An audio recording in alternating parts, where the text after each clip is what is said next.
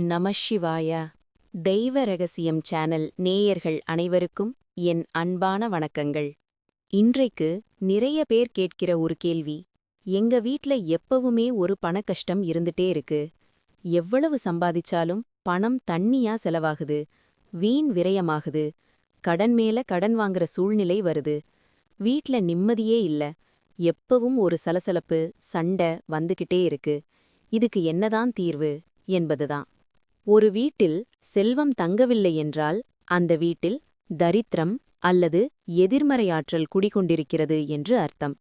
எங்கு தரித்திரம் இருக்கிறதோ அங்கு நிச்சயம் மகாலட்சுமி தாயார் வாசம் செய்ய மாட்டாள். மகாலட்சுமி இல்லாவிட்டால் அங்கு பணமும் இருக்காது, மன நிம்மதியும் இருக்காது. அப்படியானால் வீட்டை விட்டு தரித்திரத்தை விரட்டி மகாலட்சுமியை நிரந்தரமாக குடியமர்த்த என்ன செய்வது? பெரிய பெரிய யாகங்கள் செய்ய வேண்டுமா? தேவையில்லை. நம் முன்னோர்களும் சித்தர்களும் நமக்கு மிக எளிமையான ஆனால் அபார சக்தி வாய்ந்த ஒரு பொருளை அடையாளம் காட்டிச் சென்றிருக்கிறார்கள். அந்த பொருள் உங்கள் வீட்டு சமையலறையிலேயே இருக்கிறது. அதுதான் பால். ஆம், இந்த வீடியோவில் காய்ச்சாத பசும்பாலை வைத்து எப்படி வீட்டிலிருக்கும் கண் திருஷ்டி, தரித்திரம், வறுமை அனைத்தையும் விரட்டியடித்து குபேர சம்பத்தை ஈர்ப்பது என்பதை பற்றி மிக விரிவாகவும் ஆழமாகவும் பார்க்கப் போகிறோம். வீடியோவை முழுமையாக பாருங்கள். பரிகாரத்தை பார்ப்பதற்கு முன்னால் பாலுக்கு அப்படி என்ன ஆன்மீக சக்தி இருக்கிறது என்பதை நாம் தெரிந்து கொள்ள வேண்டும். புராணங்களில் பார்க்கடல் கடைதல் என்ற நிகழ்வை பற்றி நீங்கள் கேள்விப்பட்டிருப்பீர்கள். தேவர்களும் அசுரர்களும் பார்க்கடலை கடைந்தபோதுதான் அதிலிருந்து மகாலட்சுமி தாயார் அவதரித்து வந்தாள். அதனால்தான் பாலுக்கும் லக்ஷ்மி தேவிக்கும் மிக நெருங்கிய தொடர்பு உண்டு. பால் எங்கு சுத்தமாக இருக்கிறதோ அங்கு லக்ஷ்மி வாசம் செய்வாள் என்பது சாஸ்திர உண்மை. அதுமட்டுமல்ல, ஜோதிட சாஸ்திரப்படி பால் என்பது சந்திர பகவானுக்கும் சுக்கிர பகவானுக்கும் உரிய காரகத்துவ பொருளாகும். சந்திரன் மன நிம்மதியை தருபவர். சுக்கிரன் வாழ்வில் நாம் அனுபவிக்க வேண்டிய அனைத்து சொகுசுகளையும், வாகன யோகத்தையும், செல்வத்தையும், ஆபரணங்களையும் வாரி வழங்குபவர். ஒரு பசமாட்டின் உடலில் 33 கோடி தேவர்களும் வாசம் செய்கிறார்கள் என்று வேதங்கள் சொல்கின்றன. அப்படிப்பட்ட கோமாதாவிடமிருந்து கிடைக்கும் காய்ச்சாத பசும்பால் என்பது வெறும் உணவு அல்ல, அது ஒரு அமிர்தம். வீட்டில் புதுமனை புகவிழா, அதாவது கிரகப்பிரவேசம் செய்யும்போது முதலில் ஏன் பாலை காய்ச்சி பொங்க வைக்கிறோம்? பால் எப்படி பொங்கி வழிகிறதோ அதேபோல அந்த வீட்டில் செல்வமும் மகிழ்ச்சியும் பொங்கி வழிய வேண்டும் என்பதற்காகத்தான். இப்படிப்பட்ட மகத்துவம் வாய்ந்த பாலை வைத்து வெள்ளிக்கிழமைகளில் நாம் செய்யக்கூடிய ஒரு சின்ன பரிகாரம் உங்கள் தலைமுறையையே மாற்றக்கூடிய அளவு சக்தி வாய்ந்தது. சரி, இப்போது பரிகாரத்தை எப்படி செய்வது என்று பார்ப்போம். இந்த பரிகாரத்தை நீங்கள் வெள்ளிக்கிழமை காலையில் பிரம்ம முகூர்த்த நேரத்தில் செய்வது மிகச்சிறந்த பலனை தரும். பிரம்ம முகூர்த்தத்தில் செய்ய முடியாதவர்கள் வெள்ளிக்கிழமை காலை 6 முதல் 7 மணிக்குள் வரும் சுக்கிர ஓரையில் செய்யலாம். இதற்கு தேவையான பொருட்கள்: ஒரு சிறிய செம்பு அல்லது பித்தளை அல்லது வெள்ளிக்கிண்ணம். பிளாஸ்டிக், எவர் சில்வர் அல்லது இரும்பை பயன்படுத்தக்கூடாது. 2 ஸ்பூன் அளவு காய்ச்சாத பசும்பால். சரியான பசும்பால் கிடைக்காவிட்டால் பாக்கெட்டில் வாங்கிய பாலாக இருந்தாலும் காய்ச்சாமல் அப்படியே எடுத்துக்கொள்ளுங்கள்.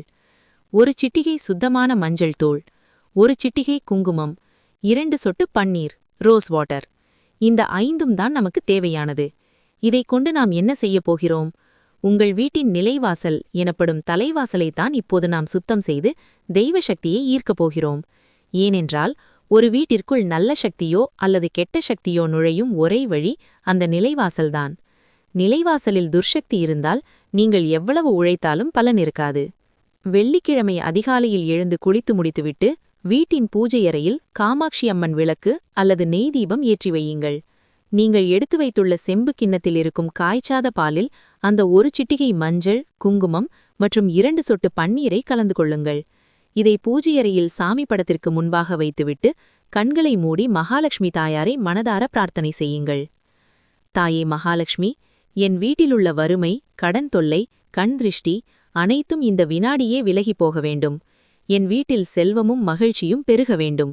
நீ என் நிலைவாசல் வழியே வந்து என் வீட்டில் நிரந்தரமாக கொலுவிருக்க வேண்டும் என்று முழு நம்பிக்கையோடு வேண்டுங்கள். பின்னர் அந்த கிண்ணத்தை எடுத்துக்கொண்டு வீட்டின் நிலைவாசலுக்கு வெளியே வாருங்கள். நிலைவாசலின் 2 பக்கங்களிலும், அதாவது இடதுபுறம் மற்றும் வலதுபுறத்தில் கீழ்ப்பகுதியில் உங்கள் வலதுகையின் மோதிர விரலால் இந்த கலவையை சிறிது சிறிதாக தெளியுங்கள். வாசல் முழுவதற்கும் தெளிக்க வேண்டாம், நிலைப்படியின் 2 ஓரங்களிலும் சிறிதளவு தெளித்தால் போதும். மீதமிருக்கும் பாலை உங்கள் வீட்டிலுள்ள துளசி மாடத்திலோ அல்லது வேறு ஏதாவது செடிகளின் வேர்களிலோ ஊற்றிவிடலாம். காலில் படிப்படை கொட்டக்கூடாது. இந்த எளிய பரிகாரத்தை ஒவ்வொரு வெள்ளிக்கிழமையும் தொடர்ந்து செய்து வாருங்கள். உங்கள் நிலைவாசலில் இருக்கும் அந்த பாலின் வாசனைக்கும் மஞ்சளின் வாசனைக்கும் சுக்கிரனின் ஆதிக்கமும் லக்ஷ்மி கடாட்சமும் தானாக உங்கள் வீட்டிற்குள் ஈர்க்கப்படும். வீட்டில் கவனிக்க வேண்டிய சில முக்கிய விதிகள். ஆன்மீக சாஸ்திரப்படி வீட்டில் சில தவறுகளை நாம் செய்யவே கூடாது. வீட்டில் பால் காய்க்கும்போது அது லேசாக பொங்கியவுடன் இறக்கிவிட வேண்டும்.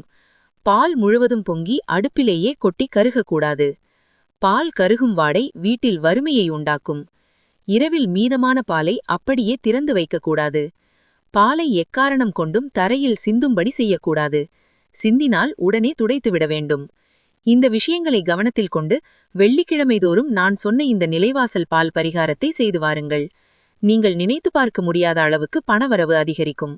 தடைகள் உடையும். வீட்டில் சுபகாரியங்கள் நடக்கும். இது பலரும் செய்து பார்த்து கைமேல் பலன் கண்ட ஒரு அற்புதமான தாந்திரிக பரிகாரம். இந்த ஆன்மீக தகவல் உங்களுக்கு பயனுள்ளதாக இருந்திருக்கும் என்று நம்புகிறேன். இந்த வீடியோ பிடிச்சிருந்தா லைக் பண்ணுங்க. உங்க நண்பர்கள் உறவினர்கள் எல்லாருக்கும் ஷேர் பண்ணுங்க. அவங்களும் பயனடையட்டும். இதுபோல இன்னும் பல அபூர்வமான தெய்வ ரகசியங்களை தெரிந்து கொள்ள நமது தெய்வ ரகசியம் சேனலை சப்ஸ்கிரைப் செய்து கூடவே இருக்கும் பெல் பட்டனையும் அழுத்தி வைத்துக் கொள்ளுங்கள். எல்லோரும் எல்லா வளமும் பெற்று பெருவாழ்வு வாழ வேண்டும் என்று எல்லாம் வல்ல இறைவனை பிரார்த்திக்கிறேன். சர்வம் சிவமயம். வாழ்க வளமுடன். நன்றி. வணக்கம்.